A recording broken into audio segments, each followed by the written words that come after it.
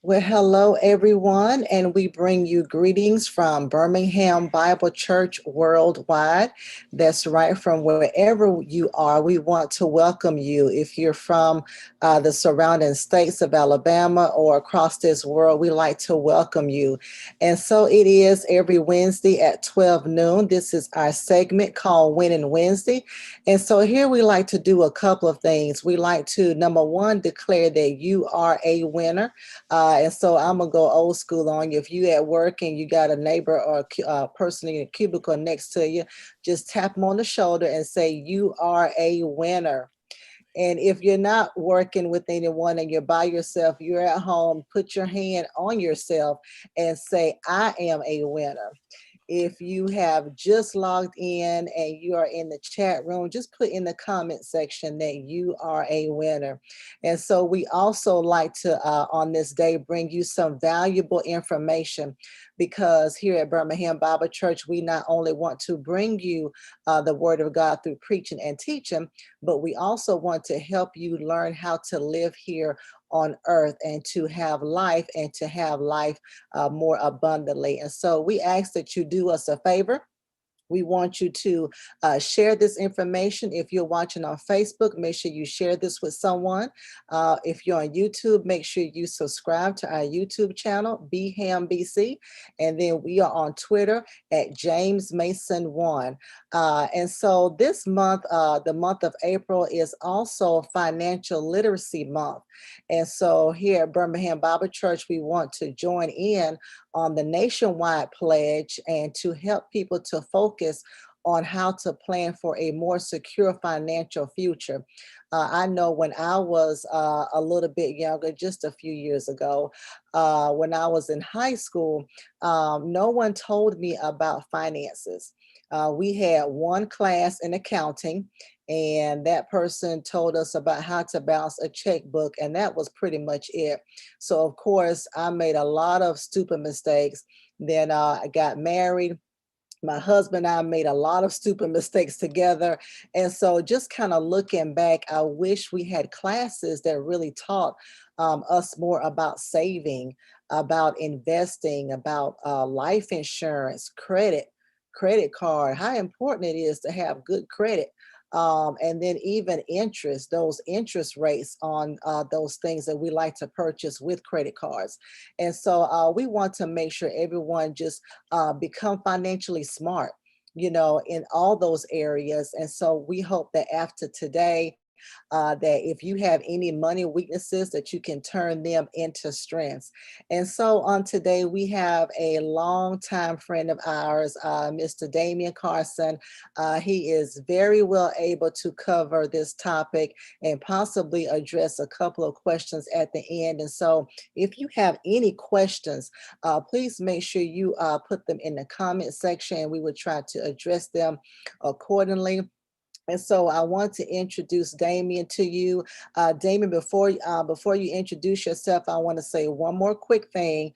Go Dogs. Okay, there, I got that out. So you can go ahead and introduce yourself.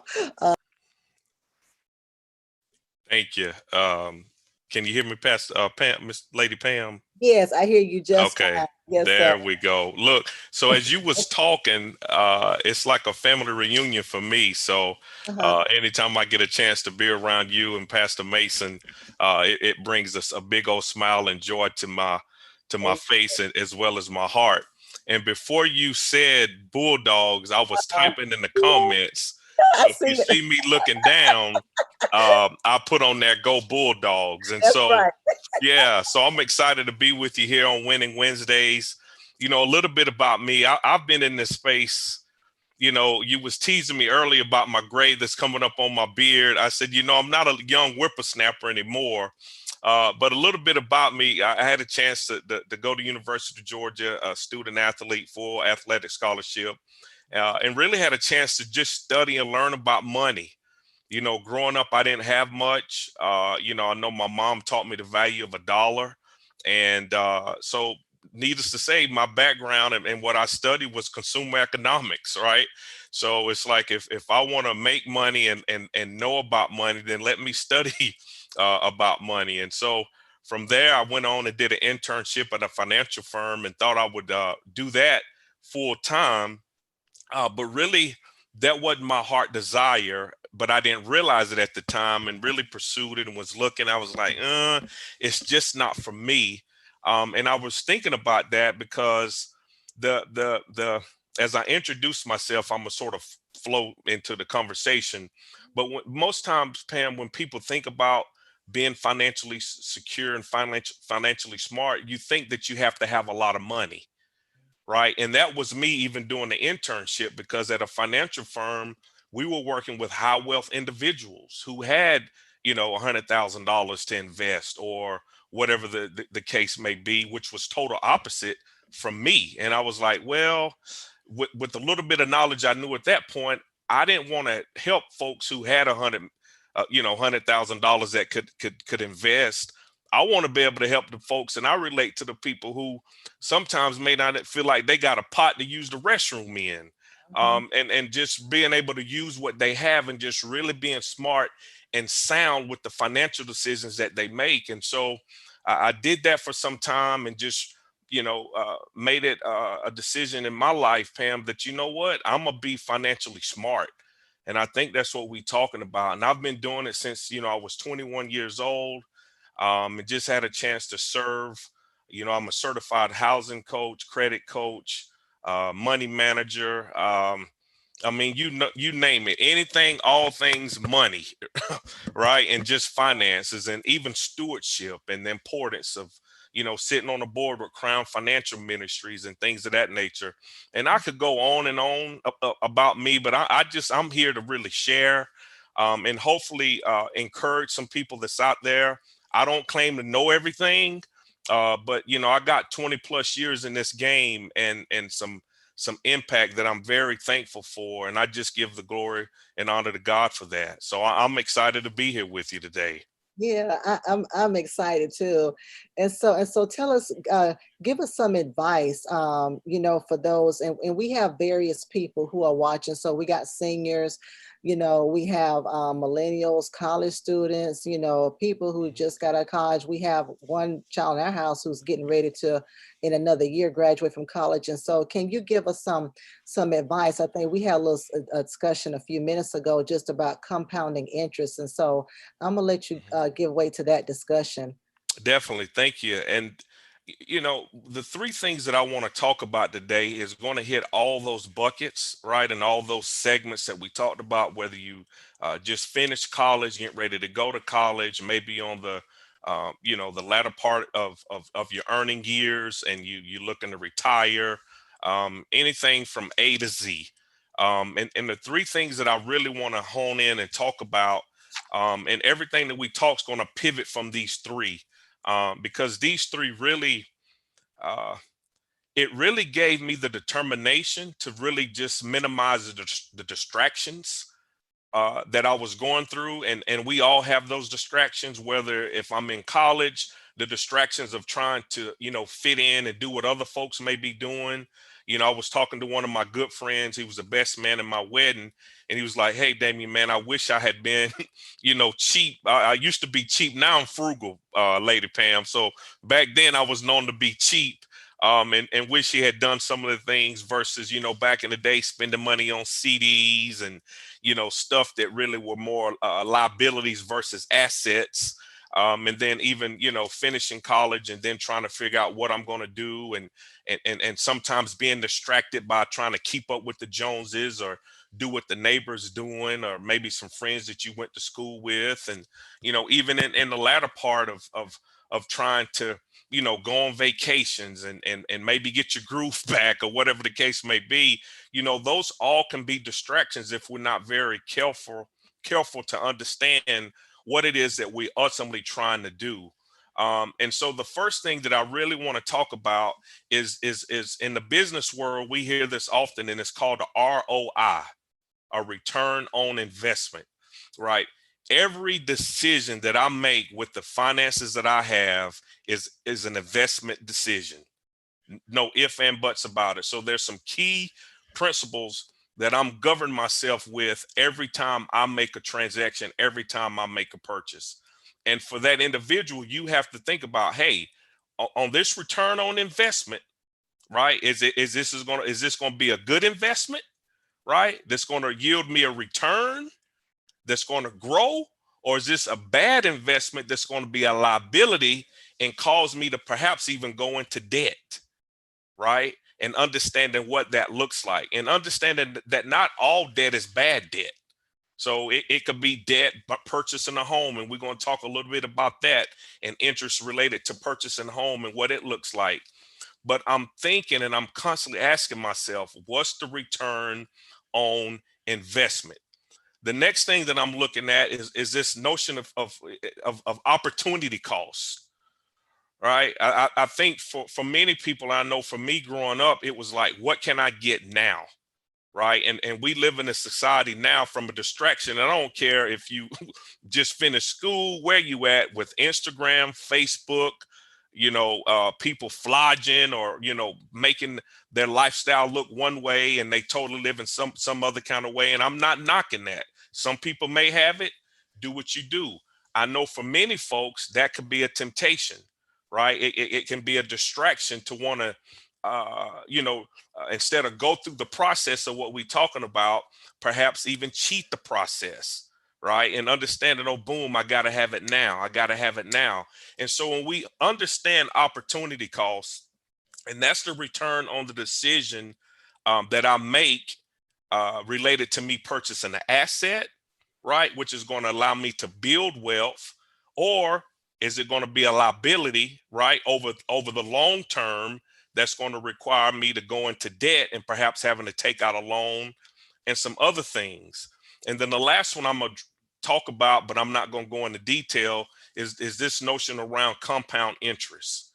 And, when I did the internship at that financial firm, Lady Pam, the saying around there was like, he who understands interest earns it, and he who doesn't pays it. Right.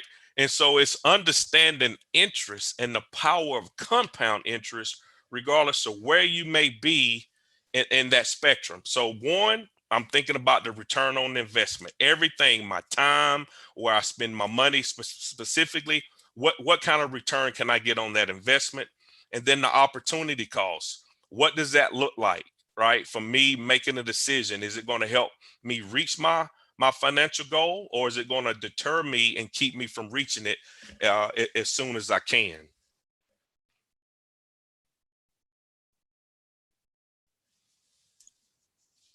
That's good.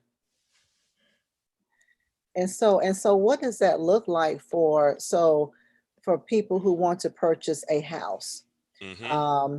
And I've talked to people about this. You have quite a few financial things that you do on Wednesdays. And I remember asking this question, is it a good time to buy a house? And if it is, what is a good interest rate? Right. I'm not being swindled.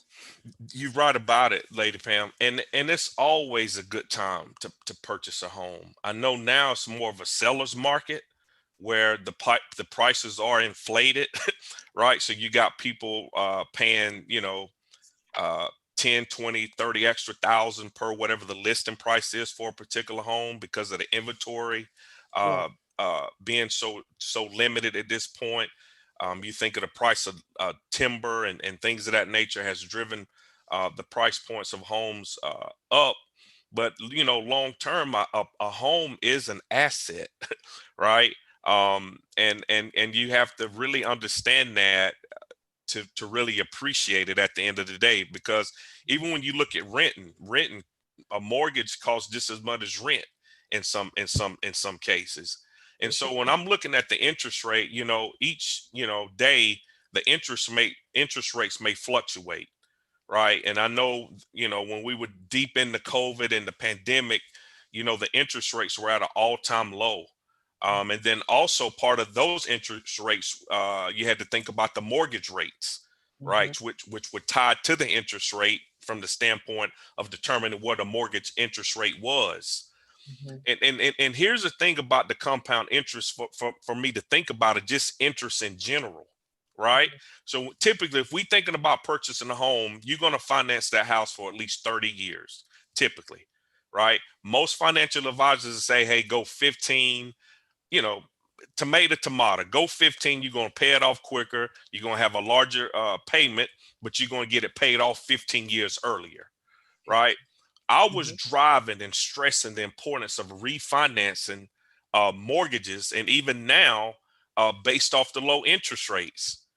And when you think about it, when I say, okay, I'm paying 4% on the interest rate, and typically that's what you're going to get right now, between the 3 and 4% roughly, right? And that's going to be based on your credit score. It's going to be based off collateral, some mhm, some other things. And so if you are looking to purchase a home, I would look to get at least three pre-approval letters, right, from different financial institutions, and get a good faith estimate, right? So what I'm looking at there is determine, okay, what interest rate are you charging me? And then we know there's some other fees associated with that. So having those documents so you can really compare apples to apples is going to help you make a decision on whether or not you want to go with this particular lender versus another lender. The reason I say that, because even when we was looking to refinance, we went from a 3.5 interest rate to right at a 2 and some change interest rate. Now, it's only a percent difference, right? But I was able to refinance my mortgage from we had but 25 years to a 15-year, and my mortgage payment hardly even changed. Wow. So I just erased 10 years of mortgage payment. So if I'm paying $1,000 a month times 12 times 15 is how much money I saved off reducing my interest rate by 2%. Oh, wow. And so when you look at it over the long term, right, 2% don't mean a lot maybe right now, but when you look at it over 15 years, 30 years, right, and that's what we're talking about is we talking about being financially smart, it's going to pay. I mean, I get fired up thinking about that, you know? Yeah. And so let me ask you, so when should someone refinance? You know, if I've been in a house for a year, is there a certain time limit? Do you have to be in your house for so many months before you can refinance? Right. Typically, it's about 2 years Yeah. there because, you know, in order to refinance, you do have to have some lenders require you to have 80% loan to value. So Okay. you need to at least have some equity built up into the property. So, you know, typically about 2 years in or so, that'll fit that scenario. But you know, during COVID, you had some that it didn't matter if you had 80%. You know, I think a lot of financial institutions was really concerned about people foreclosing, perhaps on mortgages with, you know, the unemployment rate being as high as it was, and some other factors there. And so a lot of the banks were really working with people. But here's the thing about it, Pam, we understand the language of money. I didn't have mortgage companies beating down my door for me to refinance, That's the right? big I didn't get a letter from my mortgage company, and I'm not going to put them out there to right, say, hey, take advantage of these low interest rates, right. right? So that's why part of Our Money Matters, when you talked about it, I want to be the voice. I want to spread the word. I want to tell people about it, right? Because we got to think about it. And I'm not here to bash banks, but when you understand the business model, Mhm. right, and it's tied to economics, they want to make money. So Exactly. if they can keep you paying a 30-year mortgage when they know you can get a 15, right, Right. at a lower interest rate, but that's not what they do. So I'm not mad at the bank. You know what I'm saying? I get it. And that's why I shopped around, because I know it's just like going to the gas station. Somebody might have gas for this price. You go down the street, it's 20 cents less.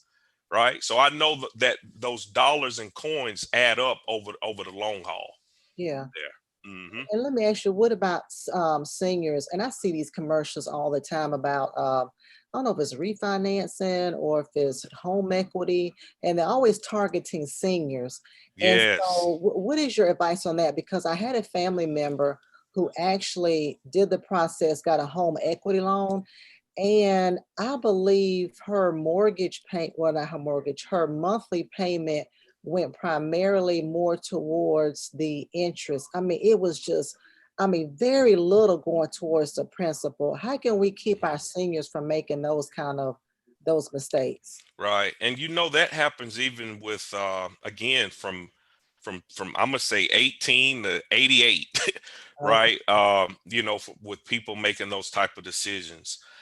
You know, the thing about it, even when you get a mortgage, right, and the reason it's 30 years, those first 5 or 10 years are strictly going toward interest, right? So when you look at the amortization on the mortgage, you're not hitting the principal until like maybe year 7, if then, right? So just the nugget for those who have a mortgage, make an additional payment a year, right? And tell them you want that to go toward principal. Mm-hmm. That if you don't refinance and keep a 30-year mortgage, can knock anywhere from probably 5 to 7 years off your mortgage by paying that extra mortgage payment per year, right? So with the home equity line of credit, for some people, it may fit their financial situation. There, if they need to pay down debt or whatever the case may be, it's not something that I'm a fan of. I just believe there's other ways that we can go about it. But in some cases, people may have to tap into a home equity line of credit to free up some debt or whatever the case may be. But doing so, having a plan, right? And that's what we talk about even here, having a plan and really being able to look at the opportunity costs, right, of me tapping into equity now to cover a debt or whatever the case may be, versus over the long term, where would that have me from a financial position? Yeah. The other thing, more so with the elders, is this whole notion around reverse mortgages, That's right? it. And I think a lot of folks there were getting people to do a reverse mortgage. Well, basically, you get payments for the home each month, so you do get money, but you actually tapping into the equity, right? So you typically think, somebody 65, 70 and them pay for their house. That house is an asset at that point. Once you go into a reverse mortgage, that asset now starts to become a liability, because I'm pulling down the equity, perhaps that I've been able to accumulate over that time, but you don't own the home. And that's the other thing behind it. So it's a complicated equation around reverse mortgages.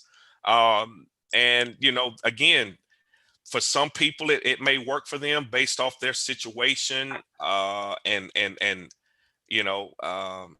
where they are. And then for some, it may not be the best option for them.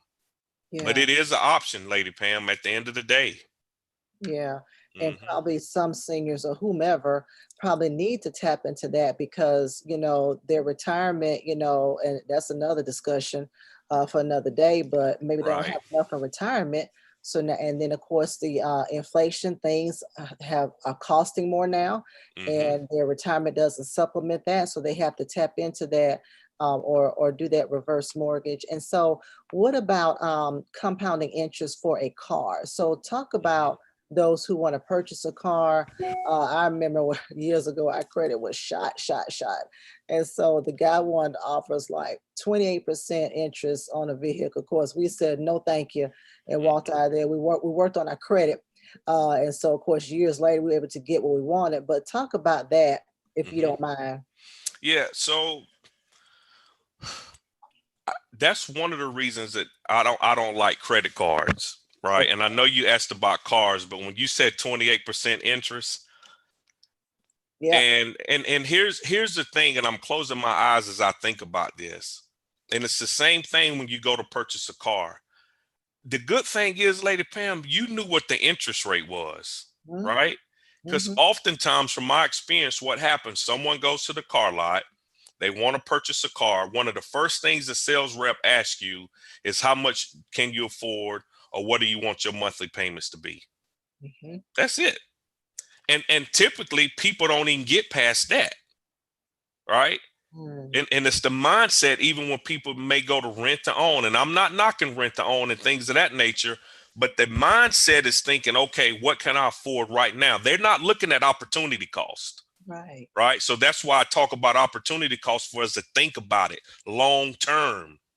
Right. So I'm thinking I go in, I want to pay $350 for a car. The sales rep and the finance folks, they can make any car fit within a 350. They can make the car fit, right? Whatever your payments is. So you just giving them an answer, right? That they don't even know at this point. So when April and I, we bought 2 cars in our whole life, Lady Pam. And we went, they want to ask me how much you want to pay. I said, no, let me look. I want to look I know the game. I study this, right? So I want to learn the game, and I need to look at the paperwork, right? So typically somebody go in $350 payment for a car, no problem. It's not until they look at the paperwork. I've had family members had this happen to them. So they ain't looked at how old the car is typically, how many miles they got on the car. They got a car paying $350 a month, upwards of 20-some% interest, right? And Pam, here it is. People financing cars for 7 years. You don't finance a car for 7 years, right? Maybe 5, but typically 3. Right. So then they wonder, well, how did I get underwater on this vehicle? You got underwater because, first of all, the value of that car is not going to be sustainable over that 7-year time frame of you paying $350 for 7 years. I mean, do the math on $350 a month times 12 times 7 on a 2003 you name a car. You know what I'm saying? Yeah. And so typically what happens, somebody may have a wreck, right? The car's only worth $5,000. You owe $25,000. Mm-hmm. You stuck with $20,000 debt. Mm-hmm. Because I'm not necessarily thinking the opportunity cost long term on what this decision is doing for me. Is it going to be an asset or is it going to be a liability? Now, I know some people get into a crunch and they got to have a car now. I get that, right? That's why I don't like the buy here, pay here, spots and things of that nature.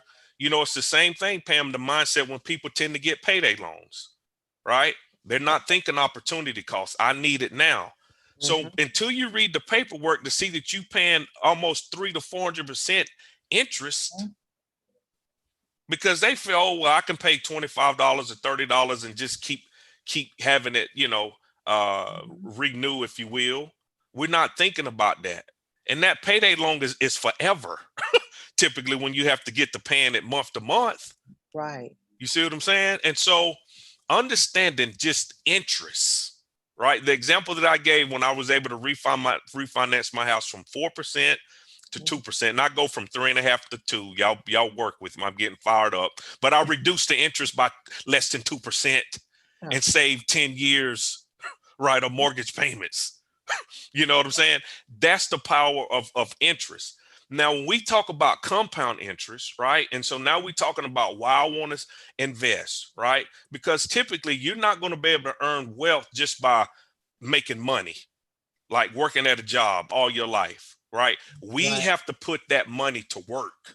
Yes. Right. And the way we do it is compound interest. So compound interest is interest that you earn on your initial investment. Right. Plus the interest that you earn on top of the interest. Okay. Albert Einstein said it, Lady Pam, compound interest is the 8th wonder of the world. Right. So I don't want to talk about saving in a 401k I need people to understand today compound interest and the power of it. So he who knows about interest earns it. He who or she who doesn't, they pay it. So I got a couple examples. One I want to take a look at, and I just wrote it down, and you all can go to nerdwallet.com. You got compound interest calculators. So you can go run the numbers, see for yourself exactly what I'm talking about. When I saw this at the financial firm when I was doing the internship, it changed my whole life. I understood opportunity costs right then and there. I understood return on investment, and I understood compound interest. I drove my truck, my Ford Ranger truck, Lady Pam, for almost 19 years. I didn't have a car note for 16 years because I understood that, right? I drive my truck. I roll these window downs because when I read A Million Down Next Door, they all drove F-150s. So I said, I want to get there a little sooner. So I'm going to drive a Ford XLT. Manual window. You remember my little white truck, manual windows, cassette player. I was able to bless my brother with that truck. But anyhow, so what are you saying, Damian? Break it down. So if I take $1,000, right, and I'm earning 8% interest over 20 years, right? So I'm just making a one-time investment, $1,000, and typically that investment, Lady Pam, is going to need to go into You can use a Roth IRA, right? A traditional IRA. It's going to have to go into some type of investment vehicle, right? We can do it in a 401k at work, right? And we'll talk a little bit about how do I determine the 401, which prospectus or which vehicle to invest in with the 401k. So it's investing in a number of those vehicles that I just talked about. One-time investment, $1,000, 8% interest. In 20 years, you're going to have a little less than $5,000. Right. So that was just a one-time investment. Yeah. You just want $8,000, $1,000, 8% interest one time. It accumulates to $4,928 in 20 years, which, you know, it's good, but that ain't really doing nothing. Right. Right. So now I'm taking the $1,000. Right. And so now I want to put in an extra $100 a month. Right. So I'm investing extra $100 a month, $25 a week. Right. And we could break it down even more than that. Same example, $1,000, and I'm investing $100 a month. Over 20 years, that turns into $64,229. Wow. That's not $100,000 a start. Right. Right. That's just getting started with something. So I get fired up thinking about that, right? Because most people, and I challenge them, look, we can save more than $100 a month, right? If we give up some hairdos and some tennis shoes, I mean, we can find $100. Opportunity cost. That's it right there. Yeah. Right. Yeah. So another opportunity cost. April went natural. She got her hair blowed out the other day. Boy, I was like, okay, baby. But part of it, Lady Pam, to your point, we got intentional about opportunity costs, about everything from an expense standpoint that we pay or, you know, thought we had to pay on a regular basis. And so we became ultra savers related to compound interest and things of that nature. I want to give one more to you, and this is going to hopefully hit home. So now we're going to look at a $300 a month, right? And if we can't do $300 a month, don't get caught up on 300. Go with $3 a month, 30 cents a month. See, you know, whatever. So, but $300 a month, 9% interest, right? Right. Over 40 years. 40 years. All right. 40 years. Right. So 300 a month, 9% interest over 40 years. And I'm using, 8%, 9% because those are realistic rate of returns. Okay. That's going to be a pretty safe investment vehicle. Okay. Right. So when we look at the average rate of return, right, and you're going to get that typically with the 401k or Roth or traditional IRA, and somebody can choose a target date fund. Right. So that's going to be, you know, a simple target date fund, which will probably get you about 7% interest. It's not going to be too aggressive. Right. But it's not going to be too non-aggressive. Right. And it's going to be based off your retirement age. Right. So if I'm, 20 and I want to retire at 65, then, in 45 years, then that's the target date fund that I'm going to choose. Right. For my investment vehicle. So that way, the way those target date funds are set, either you invested in stocks or you invested in bonds typically. And as you get closer to retirement, it's going to sell the stock and purchase more bonds so you can really maintain what you've been able to accumulate over that time. Right. So that's a do-it-yourself method. You don't want to just stay at a target date fund, but we talking about, okay, entry level, let me get going. Because as we do it, we got to have knowledge. We have to start getting experience. And then some people may have to get a financial coach or a financial advisor. So this is around the knowledge and experience standpoint. Okay. So $300 a month, 9% interest over 40 years. Now they've paid, or that person would pay roughly $144,000, right? But guess how much the investment would be due to compound interest? $1.27 million. Wow. $300 a month, Lady Pam. Yep. earning 9% interest compound annually for 40 years, over $1.27 million. So if they listen and was like, man, I trust Damian. I know Pam and Dr. Mason won't have just anybody on here. Go to Nerd Wallet, pull up a compound interest calculator, right? And plug in the numbers for yourself. And the cool thing about it, it'll give you an amortization chart. So you can see the principal and then whatever interest that it earns, right? One more example, and I'm going to hush, and we'll talk. This is good. And so simple math for me, I think multiples of 10. So if I save $100 a year and I'm earning 10% interest, at the end of that year, I now have $110. Right? Right. Now $110 is getting 10% interest. Right? So I get the interest on top of the 10 that I got the first year. Now that 110 hit 10%. Right? I don't know that number off the top of my head, but y'all know what I'm saying. So then whatever that number is after year 2, it gets a chance to earn 10% interest. Year 3, so on and so forth. Right? So if I do $1,000, 10% interest, now I got $1,100 at the end of the year. Now that $1,100 get 10% interest. Now I got roughly about $1,200. You see what I'm saying? But we want to do more than just 1,000, right? Exactly. Or just 100 or the 300 that we talked about, which goes back to the opportunity costs, right? So if I'm a college student, maybe you know what, and I'm not knocking them. I was once there. I may not need to go out this weekend, right? I don't need to get the new Jesus or the Jordans or whatever the case may be, right? Perhaps this time, not all 4 years, but maybe this time, right? Right? I get out of college, right? Maybe I don't get the brand new whip. Right. Maybe I drive my uncle Ford truck that he let me drive with no car payments, right? Till I was able to save up a little bit. Yeah. Right. Or maybe I'm in my latter years. Maybe I don't go on vacation this time. Perhaps, depending on your situation and what you're trying to do. Do a staycation. Yeah, staycation. You see what I'm saying? Maybe I'm not able to buy the grandkids a bunch of stuff if I got grandkids this one time.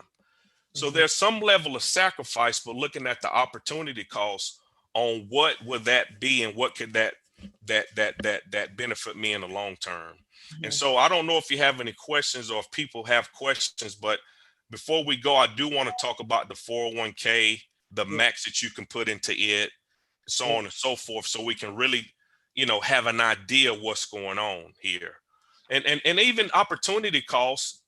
Lady Pam, you have to interrupt me because I'm rolling. So if you're fine, you're good. I'm writing the question down if I got one. Go ahead. Okay, yeah. Raise your hand, Lady Pam. The other thing that I was going to say, even with the opportunity cost, is just thinking about it, just pausing for a minute to realize those buying decisions at the end of the day.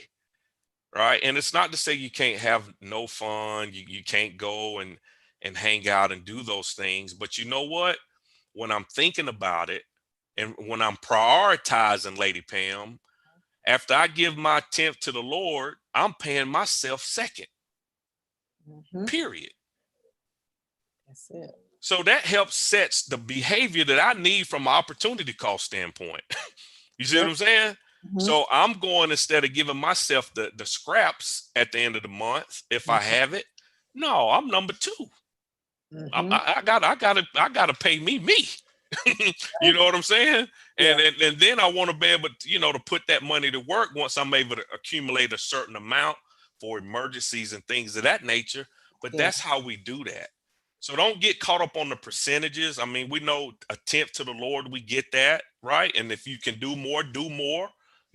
Do more because he owns it all. And then, then I'm paying myself. So I had to get to a place, Pam, I'm like, look, if I'm paying myself 25%, I got to get a Lord a little bit more than them 10. But, that was just me looking at it. So that's why I kept my overhead low. Right. And I could go on and on and on, about how I did that. But again, it's so much a part of me. at the end of the day, I can't shake it, but I'm so thankful for it. Right. But I realized, through it all, why I was able to accumulate. And it wasn't just for me. Right. Mhm. It's the peace, it's the freedom, it's being able to give, it's been able to enjoy, it's to be able to show the Lord that he can trust me with more. So Mhm. when I'm thinking about the opportunity cost, Lady Pam, then me sitting down creating a spending plan is second nature. I want to create a spending plan at that point, right? Mhm. Because Mhm. I know I'm gonna pay myself first, and I'm thinking, okay, what else can I eliminate to pay me first? And Mhm. that pay me first can go toward the 401k, because I know, hey, for the year I can save at least $19,500, Mhm. right? And then if I'm 50 or older, I can put in an extra 6,500 if I'm at that point. For our IRA, I can save $6,000 a year, right? Max. If I'm 50 or older, I can save 7,000, so I can save an extra 1,000, right? And for my business owners out there, they can set up a self-employed pension IRA. You can save up to 56,000, and that depending on your sales, Yeah. right? And so there's so many other benefits, and maybe we'll come back for part two around if I do the 401k, Yeah. because if I do it before tax, that reduces my tax liability, Right. right? I'm Right. looking at opportunity cost to minimize my risk, right? If I do it after tax, then when I withdraw it, Lady Pam, I don't have to pay taxes on it. So Yeah. I'm doing it before and I'm doing it after. I want a tax break now, and I Right. don't want to pay taxes then. Exactly.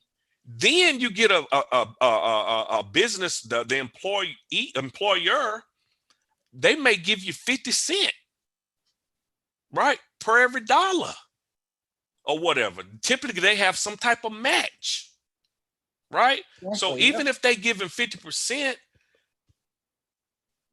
it may not sound like a lot in his 50 cent, but it's up to a certain percent that you save, right? So if you're able to save $10,000 and they're gonna give you 50 cents on the dollar, they Mhm. giving you $5,000, Right. and you ain't done nothing. Even if you just put that money in the savings over the years and don't even draw compound interest, Right. what can that do? That's smart. Yeah. Right? At the end of the day. And we have to think when we leave from an opportunity cost, I don't want to get a withdrawal, right? And now having to pay interest on it. And I Right. got to get an early withdrawal penalty on me. Right. Uh-uh. We're just going to roll it over, Right. right? We're not going to take that money, because that's what happened. You pay a pre withdrawal penalty, and you get taxed on that money, right? Almost 50% gone. What if I roll it over? It still can build interest. It still can get compound interest, Yeah. right? That ain't for you to take then, perhaps. But if I know it, then maybe I won't make those decisions, right? Because we think, oh, it's a check. Oh, it's a check. But remember, it was for your retirement, Mhm. right? So $300 a month, 9% interest a year for 40 years. I'm at 1.27 mil, Lady Pam. Yep. So that's the power of opportunity cost and compound interest for those who I hope think are trekking with me to think about it at the end of the day, right? And if I'm out there and maybe I got credit card debt, and many people do, right? When you look at it, like I think I don't know the statistics, but the average household credit card debt is probably anywhere from $15,000 to $20,000. Mhm. It's the same thing. The credit card company, what they do, send you that statement, make the minimum payment, $15, $20, whatever the case may be. So compound interest working against you, for those who may have a credit card bill and looking at a credit card statement, because now by law, they have to put that on the statement. If I'm making a minimum payment, Mhm. right, and you don't charge that card no more, just the minimum payment off the balance, how long it would take you to pay that little debt off. I guarantee it's 40 plus years, Oh yeah. because they charging you 26% interest. Yep. Crazy. When we can't even really get that much unless you've been in the game for a minute on the return on investment over the years. Yeah. 26%. So that's why I don't like credit cards. That's why I get frustrated. You know what I'm saying about them at the end of the day? Because no, I don't know. No, no, no. So that's why you hear about the debt snowball, the debt avalanche, right? So if Mhm. it's just making the minimum payments, I get that. Let's have a plan, right? To pay that debt down. And then once I get that one debt paid, if I was making $15 payment on that one, I'm gonna take that 15 and put it toward the next debt. And you Yeah. could start it from the highest balance, right? Or you can do it from the highest interest rate, however you want to do it. But we have to do it. Yeah. That's opportunity cost. That's costing you more than what you realize at paying 15, $25 a month minimum payment. No more. So that's a non-negotiable here. No credit card debt, period. Amen. Yeah. So, and if I do, I'm gonna get the points and pay it off at the end of the month. But I'm not carrying no balance month to month. I got a little fired up, carried away. Hopefully, I said something good, Lady Pam. No, Look, no, I told you I took off today, so I'm good and relaxed. better realize. No, no, this was good. And let me ask you this. And so for those, when you talked about, you give God your 10%, or, you give him your percentage, whatever that is, Hmm. and then you pay yourself. How much do you pay yourself, I guess, in percentage of your income? Because what I'm gathering from you is that I need to save some, so I need to put some of my money in savings, and Hmm. then probably I need to put some of my money towards, the Roth IRA or the traditional IRA. So, Hmm. what percentage of somebody's income should somebody pay themselves? And when you said pay themselves, you ain't talking about, going to Saks and ordering the latest bag, and you ain't talking about that, are you? I'm not talking about that. I'm Okay, I'm glad okay, you make sure you clarified it. clarify that. Yeah, But for some people, it may be that yeah, perhaps. yeah, And that's why it's important for people to really be true to themselves and what that looks like for them, yeah. at the end of the day. For me, Lady Pam, it's cologne, Uh, right? And people will be like, Damian, you spend that much on some cologne? I do, but I get it at a discount rate. But mhm, but I say it could be worse. You know what I'm saying? And so just understanding what that looks like for somebody, right? yeah. And just having a plan and having that built in, for you to think about it. But from a percentage standpoint, that's a great question. Typically, uh, it, we've been taught to save at least 10% of your income, Right. right? Mhm, That was back in the day, right?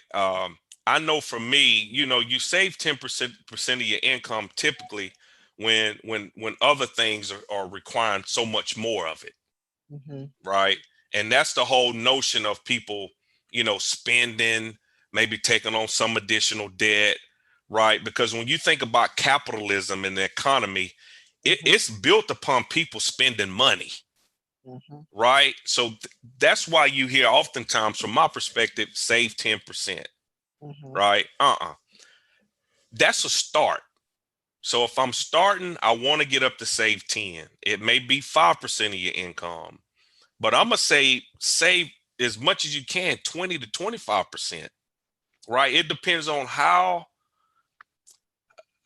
intentional and how bad, if you will, do you want to build the wealth? Like, mhm.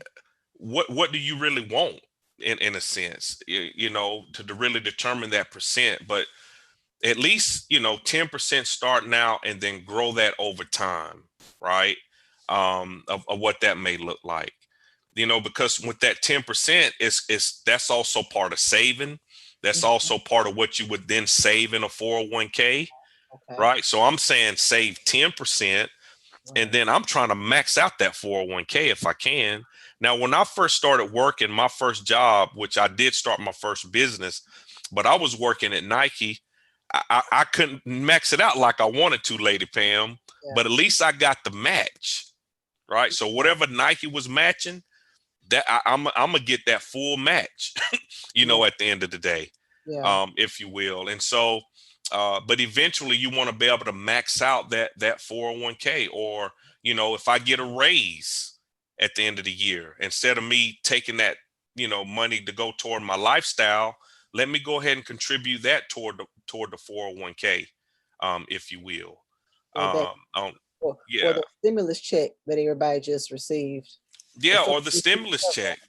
Yeah. Yeah, and just having a plan for that. And so, my whole notion is that I'm going to earn, I'm gonna give, and I'm going to save.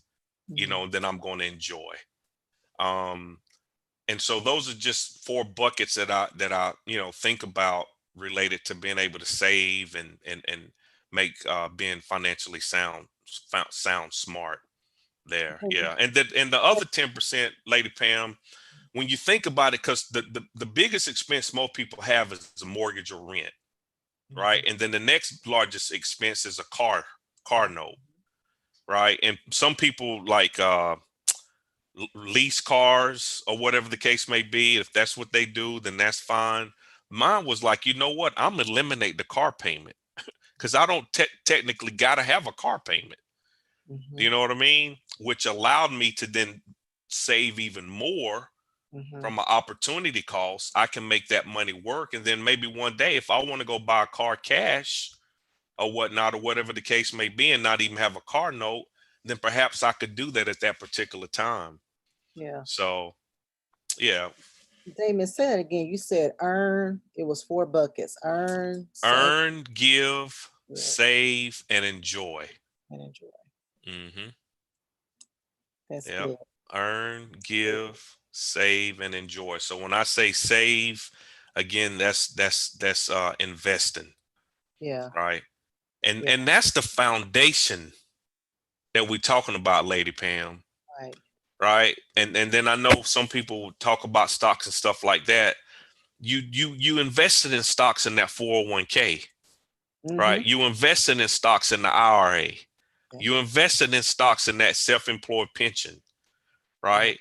So it's a distraction for some who may not be ready to Right. take on that type of risk Yeah. to invest in individual stocks and things of that nature, Yeah. right? So when people like GameStop, and I know I was tweeting and talking about it because I was able to get it at $5 a share, but it was for people to think a little bit about the opportunity cost, Right. right?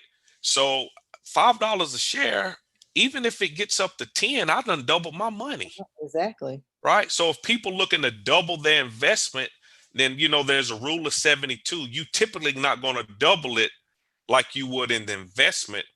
But even if I had lost that investment that was $5 a share, I'm cool. Like Right. that's the risk that I was willing to take. That Right. wasn't for everybody, but Mm-hmm. it was for people to think about it from an opportunity cost, even if it's fractional shares. But before we do that, let's max out the 401k. All right, Mm-hmm. let's get the benefits of the Roth RA and Right. things of that nature. And then once we get that taken care of, then we can venture out into some other things. And Yeah. this whole notion around cryptocurrency, and I'm not knocking cryptocurrency Yeah. by no means, but right now it's like a form of gambling in a sense because it's just not enough opportunity. It's just not enough information to really make a decision to tell. If you don't know how it works and Right. how to make a transaction with it, then typically you don't want to do that. That can be a distraction, right? Because people see, ooh, Dogecoin, Bitcoin, Bitcoin. Coinbase, and so Yeah. and so on and so forth. Now, perhaps you may want to invest in some of those through a 401k, Mm-hmm. right? Through your Roth RA, so it can be diversified at the end of the day. So that way, if cryptocurrency was to tank for whatever the case may be, you don't Mm-hmm. lose it all. So I'm not putting all my eggs in one basket, right? Which is the beauty of a 401k or a Roth IRA, right? Because those are different funds that's diversified Mm-hmm. there that allow you to take advantage of the different industries as they grow, Right. right? And it's just a good sound way to start. This is good. So, and Damien, for those who, who can't, or let's just say they are their job, they are maxing out their job, or they're matching it. Can they go to their local bank and start a, Roth IRA or traditional IRA? Can they do that? They can. You surely can. You could, go to your local bank, credit union. Mm-hmm. You could do it on, Vanguard or Fidelity, Mm-hmm. um, or whatnot, depending on your comfort level. And so someone there at the bank or that financial institution would go over that information with you. Okay. To look at the prospectus is what it's called, to determine, where that money's being invested. The average rate of return, I'm typically looking for at least 10 years. Because here's the thing, Lady Pam, we realize there's always going to be some bull and bear markets, Yeah. right? We had the housing crash many years ago, Yep. right? We in COVID-19. Mm-hmm. That's what, about 10 years, 11, 12, 10 years or so. Mm-hmm. In the next 10 years, we're going to have another crisis, Exactly. right? It's inevitable at the end of the day. So that's why I'm looking at a 10-year average rate of return. So yeah, 1 year, coming out of COVID, if I'm invested in Tesla and Zoom, and that's the demand right now, that demand's going to, decrease. And Right. maybe I get 30% return. Right. Next year, I might get a negative 5% return, but I'm Right. not going to be moved by that because I'm looking at opportunity costs Right. 10 years. So that average over 10 years, whether I got a housing crisis or if the housing market is off the chain, if I got COVID-19 or whatever the next situation is, I know on the average in 10 years what that's going to look like for me. And so that's why I'm a big proponent of looking at a 10-year rate of return, right? So you have some perspectives. It's only been out for a year, Mm-hmm. right? And maybe it was invested in technology. Mm-hmm. Well, we know technology had like one of the best years ever, right? People ordering stuff online, Yep. right? People pivoting. I'm still ordering stuff online, right? It's become a part of your everyday lifestyle. But I know it's not going to be able to keep up with that same growth, right? Right. So that's why I want to see how is something performed over at least 10 years. That gives me a pretty solid track record, at the end of the day to be, comfortable with, Mm-hmm. in a sense. So I'm not just freaking out about how much money I made and things of that nature. So, Yeah. as we make it smart, we can't get analysis of paralysis, Mm-hmm. right? Because you're not going to totally understand it. You know what I'm saying? And we could talk about stock markets and the bell curve and the box and the this, that, and the third. I mean, if you want to know that, you can, but the biggest piece to know over a 10-year average rate of return, what's my money going to look like Right. there?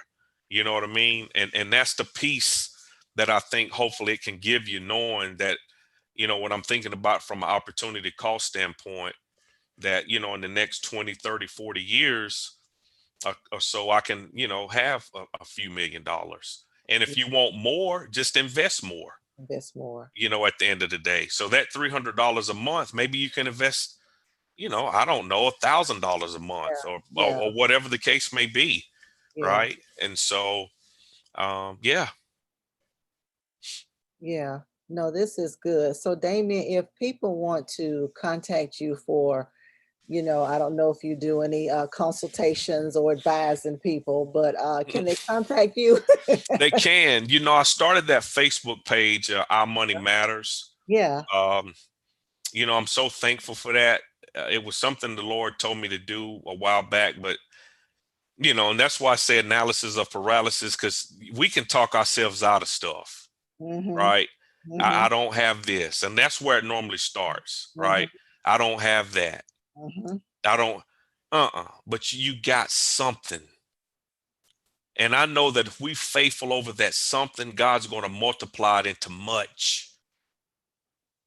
And we just have to know that without a shadow of a doubt. We just got to know it. So our lunch, Our Money Matters, I didn't have no external camera like I got now with you, Lady Pam. I don't have this ring light. I started with my iPhone. And so when people look back over a year, it was my iPhone. I'm in my backyard, and I just want to share the good news, right? Around what was going on around the stimulus and things of that nature, and just really share all the information that I've been able to accumulate over the years. And so you can follow, Our Money Matters, and like, I need to, post more consistently there. But I do Mm-hmm. have a website, damianjcarson.com, where, we do 30-minute consultations there. I'm a believer in also wanting to educate folks so they can do it themselves. And I've been practical and have practical steps that make sense, at the end of the day, to be able to help with that. And so just understanding, all things around money has really just been a blessing. So that's how they can reach out and connect with me. You can send me a message or be on Facebook here if you have any questions or whatnot. And it took me a minute to really understand my value, Lady Pam, as we talk about that. But it's like, man, all the books that I've read and all the newsletters and the panels and stuff, it's like, you know what? I'm embracing that term expert, but I'm still trying to learn Mm-hmm. as I go. And so, if you there and you may not have the $300, you may not have the $1,000, you may not have the 100, you might just have the 10. For you and where you are, maybe we're not at the level to start investing in the 401k. Maybe I need to get my budget to balance right now. Maybe I got too much month and not enough money. I'm in the red. I hear you. So I'm saying, let's get out the red. Right. So we got to look at it. Right. If we don't inspect it, we can't expect it. Right. Right. So we gotta measure it, because whatever's not measured, it doesn't matter. So if I know I'm in the red, I need to see how much am I in the red. Right. Because that's what I'm going to do if we're in the red. I need to know where the bleeding is, in a sense. I got to be able to assess it. I can't keep my head in the sand, right, or in the box. So we're going to take a look at that, and then we come up with the plan on how do I minimize that red, right? I want to see some black at the end of the day, actually some more green, but I got to get rid of that red. So we start from where you are, regardless of where that is, because we want to maximize assets and we want to minimize liabilities, right? And the one thing that I realize, Lady Pam, is I share people, life happens in seasons. And I realize that. And, working with folks and sometimes having to say, hey, we might have to get rid of cable, right? We may have to turn this cell phone off. You would have thought it was like they was getting their eyes poked out, in a sense, Right. but understanding, look, we do this for 6 months, 12 months, whatever the case may be, right? We just got to free ourselves right now, right? And so just understanding what that looks like, but realizing regardless of where you are, you can do that. You can still take advantage of opportunity costs, right? You can still win with a return on your investment, right? And you can still take advantage of compound interest. So I just wanted to share that for the folks out there, because I am sensitive, to that, especially where we are and so many people being unemployed and things of that nature. So, don't feel like you're by yourself or you're alone and no one's going to understand and somebody's going to judge you. You know what I'm saying? So, I know Bible Church, Birmingham Bible Church, Lady Pam, Dr. Mason, we not about no condemnation. So, That's right. we do it from a spirit of love or what have you. So, I just wanted to share that, Lady Pam. No, that's good. And so I'm gonna repeat that for those. And thank you for sharing that. So Damian has a website. So if you want a consultation, please reach out to him. He will assess where you are. He discussed a lot of things today, but if you're not at that point, at that level, being able to invest that $300 or $600 a month into IRA, then he can meet where you are, and let's start on getting rid of the credit, or you say getting rid of the cable, what have you. But just really assessing it, and so whatever point you're at, that's where he will meet you at, so that you can make the changes to have more of a stable financial. Lost my train of thought of what you need financially. And so his Right. website is and I'm gonna spell your name because I always get the name wrong. I always Okay. put the E in there, but it's DAMIANJ Carson, and the Carson is spelled CARSON .com. And so thank you so much for sharing with us, Damian. Before I let you go, I'm gonna do just a few little announcements, and then Okay. I'm gonna Yeah. come back to you. Okay. No Okay. problem. All right. Okay. And just for those of you who are watching, of course, this is our year 2021. This is the year of reconstruction. And so we are believing that God is going to reconstruct everything that is in your life. And of course, you can watch us on Facebook. You can watch us on YouTube at BHAMBC. And then we are also on Twitter under James Mason 1. And then every first Sunday, we are having a drive up worship celebration in the parking lot of the MLK Center there in the Woodlawn area. That address is 529 43rd Street North here in Birmingham, Alabama. We will be giving out free breakfast snacks, and also we'll be giving away free diapers for those of you who are in need of that as well. And so that's going to be every first Sunday, of course, in the month, weather permitting. And then we have a couple of virtual hangouts that we have for our we had seniors last night with Pastor Mason. The men meet every fourth Thursday, and excuse me, not fourth Thursday, but every fourth Friday. The children meet with Pastor Mason actually tonight at 6. They have story time with him. And then we also have a special guest tonight for our children. Her name is Miss Larissa Stroud. And she's going to tell our children how to eat healthy, which is so important during these times. Of course, we family game nights are going to be announced, small groups. We just finished one, and so we'll be back with another small group in the month of May, the first Thursday in May. And so we'll give you more information on that. And then our prayer room call is every Monday, Wednesday, and Friday. That is at 6 a.m. That number is 515-604-9324, and the access code is 381179. And then Pastor Mason's in a powerful series called The Church That Jesus Built. And this has been great, really talking about the purpose of the church, why the church exists, and why you need the church. And so that's going to be every Sunday at 11 o'clock a.m. And then thank you for those who continue to give for our Compassion International. We now have 11 sponsored children over in Haiti. Our latest child is Boris, and so we like to welcome him. Thank you for your contributions, because they go towards food, medical supplies, emotional needs, counseling, educational needs, and their physical growth. And then, of course, we are still praying for our president, for our vice president, their families, and the entire administration. So thank you so much for that. And then, of course, we are still believing God that He is going to, that He has land for us, for Birmingham Bible Church. So thank you for those who continuously give towards that as well. And so thank you, everyone who actually logged in, who shared, who's looking at this. Damian has given us a lot of things to think about. Really, and one of my takeaways is really sacrificing today so that you can be paid in the future. We need to make sacrifices. Some of the things that we have now are just wants. They're not needs. We don't need to have them, but we want to have them, trying to keep up with other people. But if we take those same monies and put them in vehicles that can give us that 8 to 9% interest, then we can have millions in the future, not just for ourselves, not so that we can be, 70 years old driving a convertible. No, but so that we can have for our children, for our grandchildren.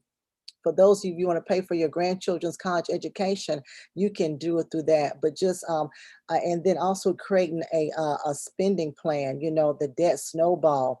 Once you pay off one debt, then put it on another one, and then continue to do that until you have eliminated all of your debt.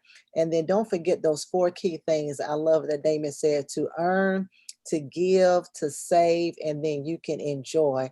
And we talked about that saving don't mean the latest bag, even though if you can afford it, then by all means you can have it, or that cologne. But it is really making sure that you are saving towards some kind of vehicle so that you can have those millions, so that you can have the money that you need later for retirement. Because inflation is, a loaf of bread 30 years ago is not the same as it is today. So things cost as we get older. It's going to cost even more for a gallon of milk, for a loaf of bread. So we need to make sure that the monies that we have, that we're saving for, that can accommodate and account for that. So thank you so much for this, Damian. Of course, once again, you can contact him if you want a consultation at www.damian, that's Damian, J Carson, CARSON, .com. So thank you so much for this, Damian. I hope I covered everything. Do you have any other closing remarks for us today? What I would say, and it's always a joy to be here and share and just to see how God's moving in my life from talking to Pastor Mason. It seems like yesterday when I was on his couch in his office, just sharing and him really speaking a word over my life and the situation that I was in, that I know it's no surprise to him. Mhm. But I'm just so thankful to be connected to him and you, and how you continue to pray for me, pray for my family, and check in on us. And so we want to do the same thing, collectively beyond that, check in with each other, see how we doing and things of that nature. And I just share with that, Lady Pam, is it's a process, and just really trusting the process. As much as you want to get out, and Pastor Mason asks me all the time, Damien, you still in the wheelbarrow? I was going to say that. Yeah, sometimes you want to get out the wheelbarrow. Like you will have distractions, you will have temptations, you will get the text message from folks, and it's not bad per se, but it's not helping you make the decisions that you need to make, and just being able to create those disciplines. So as you start out and you fall, just get back up. Like I said, I've been doing this for 20 something years. I know the challenges behind it, right? But it's being able to fight, continue to persevere, continue to have faith, and just know that you can do it. And I'm learning now, even as I'm getting back into the gym, that Rome wasn't built in a day. And so don't be too hard on yourselves, regardless if you made mistakes with money in the past. Mhm. Like Lady Pam said, this wasn't something that we learned in school, right? I had to earn a degree to learn it and do an internship at an investment firm. And I'm just thinking, so even with the college degree, I really didn't know it unless I studied this. And Mhm. so you can't be ashamed there either on where you are. So I just wanted to share that, and just, thankful to be here. But if it's anything that I can do to try to help, or, guide in any way, I'm here. And, God created us to do amazing things. And part of that is definitely winning. And so I'm glad to be a part of this Winning Wednesday, and look forward to joining you all sometime soon. Oh yeah, we'll have you back on. I think we had you last year for something else. I think it might have been investing. I forgot what it was. But yeah, but you're definitely in our pool of people to select from. So thank you so much for this. And I will say one thing. I've tried the natural hair and it's just I can't do it. Sorry, I just thought I end with that. That's right. That's right. Gotcha. But no, but thank you so much. And we've had some great feedback. And so don't forget, guys, please contact Damien if you have any more questions and if you need a consultation. So thank you for joining us today, Damien. Thank Give you. our best and our appreciation to April. Thank you I so sure will. much. Thank you too. Take All care. right, All you right. too. Have a Mhm. great Wednesday. You too.